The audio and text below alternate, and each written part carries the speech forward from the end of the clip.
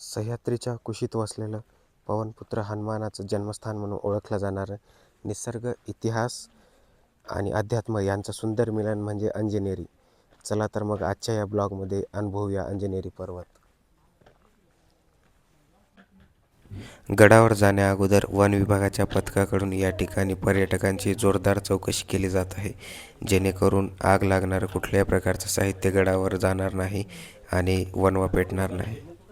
तर आता आपण अंजनेरी पर्वताच्या बेसला असलेल्या या ठिकाणी तिकीट घेतलेलं आहे आणि इथून आता आपण ट्रेकिंगला सुरुवात करतोय. तर चला तर मग आजचा हा प्रवास सुरुवात करूया. सह्याद्रीच्या पर्वतरांगांमध्ये वसलेलं एक असं ठिकाण जिथे निसर्ग, इतिहास आणि रामायण काळ एकत्र येतो.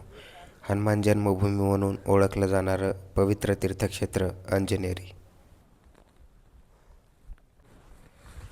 तर आता आपण अशा एका ठिकाणी येऊन पोहोचलो जिथे हनुमानाचं शिल्प या ठिकाणी बनवण्यात आलेलं आहे आणि सोबतच इकडे बघू शकता हनुमान जन्मस्थान असं इथं नाव आहे. आणि इथं आल्याच्या नंतर एक गोष्ट लक्षात ठेवा, माकडांपासून स्वतःचा बचाव करा. कुठल्याही प्रकारचं खाद्यपदार्थ किंवा काही त्यांना देऊ नका. अंजनेरी पर्वत महाराष्ट्रातील नाशिक जिल्ह्यात त्र्यंबकेश्वरपासून सुमारे 20 किलोमीटर अंतरावर आहे. हा डोंगर समुद्रसपाटीपासून अंदाजे 1300 मीटर उंच आहे. अंजनेरी हे सह्याद्री पर्वतरांगेचा एक भाग आहे. रामायण काळानुसार माता अंजनी यांनी इथे तपश्चर्या केली.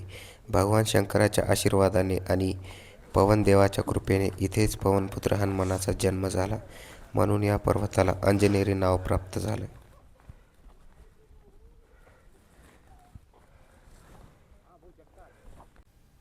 अंजनेरी ट्रेक बेस विलेजपासून सुरू होतो. एकूण ट्रेक अंतर अंदाजे 3 ते 4 किलोमीटर आहे. चढाईस साधारण 1.5 ते 2 तास लागतात. दगडी पायऱ्या, जंगल आणि मोकळं पठार असा हा ट्रेक आहे. अंजनेरी शिखरावर अंजनी माता मंदिर, हनुमान मंदिर आणि सीता गुहा पाहायला मिळते. इथे भाविक मोठ्या संख्येने विशेषतः हनुमान जयंती आणि श्रावण महिन्यात दर्शनासाठी येतात. अंजनेरी केवळ धार्मिकच नाही तर ऐतिहासिकदृष्ट्याही महत्त्वाची आहे. येथे प्राचीन जलसाठे, दगडी पायऱ्या आणि संरक्षक भिंतीचे अवशेष आढळतात. तर मित्रांनो, आता आपण येऊन पोहोचलोत अंजनी माता मंदिर या ठिकाणी. तुम्ही समोर बघू शकता, हे आहे अंजनी मातेचं मंदिर. मंदिराच्या चारही बाजूनी राम राम राम राम असं लिहिलेलं आहे, तुम्ही बघू शकता. आणि इथे अंजनी मातेची मूर्ती आहे. तर असं काहीसं मंदिर आहे अंजनेरी माता मंदिर म्हणून. तर असं काहीसं मंदिर आहे. आणखी आपल्याला इथून बराचसा ट्रेक करून वरी जायचं आहे. तर चला मग. अंजनेरी माता मंदिरापासून समोर आल्याच्या नंतर आपल्याला हे एक असं मोठं असं इथं तळं बघायला मिळतं. तुम्ही बघू शकता, खूप मोठ्या आकाराचं तळं आहे हे आणि पाणी एकदम नितळ आणि शार्प आहे.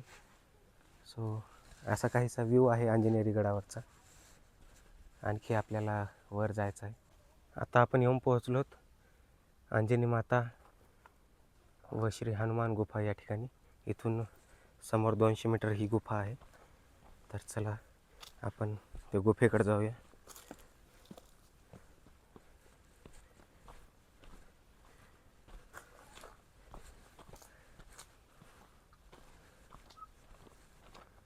तर मित्रांनो, फायनली आता आपण येऊन पोहोचलोत हनुमान जन्मस्थान या ठिकाणी. तुम्ही बघू शकता, इथे एक गुफा आहे जिथं माता अंजनीने हनुमान या जन्म दिला असं सांगितलं जातं. तर अशी काहीशी गुफा आहे, तुम्ही इथे बघू शकता. दगडावर कोरलेले अनेक शिल्प आहेत वेगवेगळे. इथे वानरच शिल्प आहेत, सोबतच इथे हनुमानाचे एक चित्र आहे. सो अशी काहीशी गुफा आहे. आणखी मध्ये जाऊन बघूया.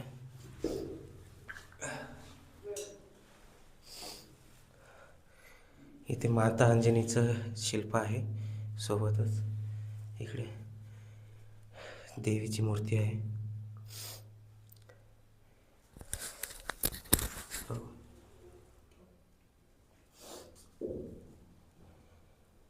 हे आहे अंजनी माता गुफेचे मधले दृश्य. बघू शकता.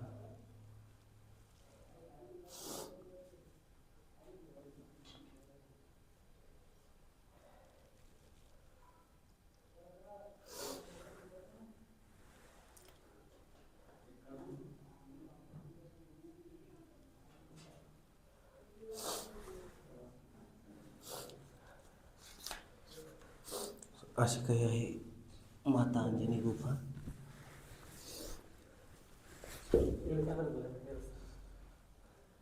इथं वेगवेगळे शिल्प कोरलेले आहेत दगडावरती. जय हनुमान नाव आहे आणि इथे बघू शकता. अंजनेरी परिसर जैवविविधतेसाठी ओळखला जातो. पावसाळ्यात इथे दुर्मिळ फुलं, गवताळ प्रदेश आणि अनेक प्रकारचे पक्षी पाहायला मिळतात. म्हणूनच हा भाग पर्यावरणदृष्ट्या संवेदनशील आहे. अंजनेरी भेटीसाठी सर्वोत्तम काळ म्हणजे जुलै ते फेब्रुवारी. पावसाळ्यात निसर्ग सर्वात सुंदर असतो, पण ट्रेक करायला घसरण्याची शक्यता असते. नाशिकपासून अंजनेरीला जाण्यासाठी नाशिक त्र्यंबकेश्वर रोडने सहज पोहोचता येतं. खाजगी वाहन किंवा स्थानिक जीप सेवा उपलब्ध आहे. ट्रेक बेसपर्यंत रस्ता पोहोचतो.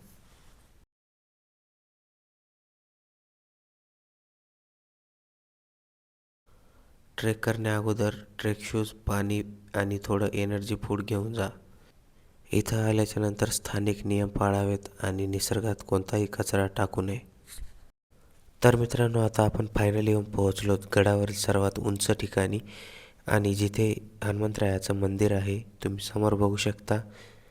इथे मंदिर आहे जिथे हनुमानाचा जन्म झाला आहे असं सांगितलं जातं.